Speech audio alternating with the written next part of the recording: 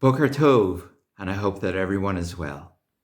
This coming Shabbat, we'll be reading a double portion, that of Bahar Bechokotai, the concluding portions of the book of Vayikra, Leviticus.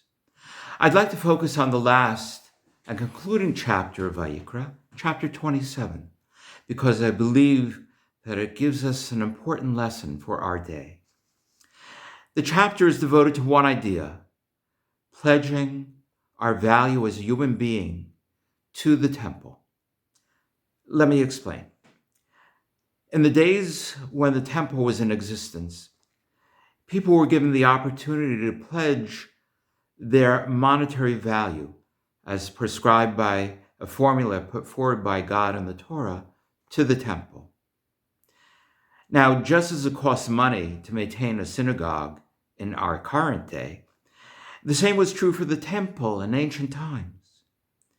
If someone, regardless of gender or age, wanted to contribute to the upkeep of the temple, they would pledge their value, their worth, to the temple.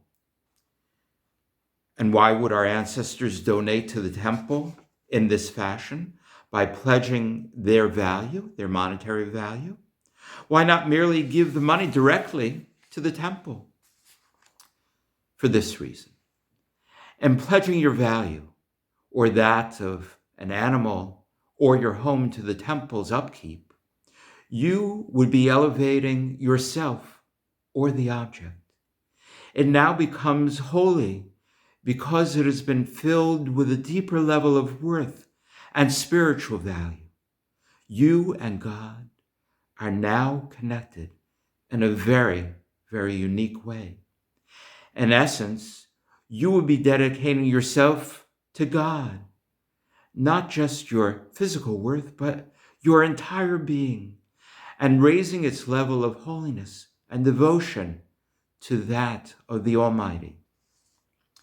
My friends, though the temple no longer exists in our day, I believe that we can still achieve the same goal, raising our own personal level of Kedusha, of holiness, closer to that of God. So, for example, when we help someone in need, we are raising ourselves just a bit higher. When we call a friend or someone with whom we haven't spoken to in some time, especially now, we are raising ourselves just a bit higher. When we offer to help a neighbor, a relative, or a friend to get groceries or something they might need, we are raising ourselves just a bit higher. And when we are out in the community, maintaining our social distancing, when we remember to wear a mask, not for our own sake, but for that of others and their well-being, we are raising ourselves just a bit higher. And why do I say that? Because by taking these and other similar actions, we are following in the way that God would want us to, namely, showing that we recognize that the value of each of God's creation is above anything else.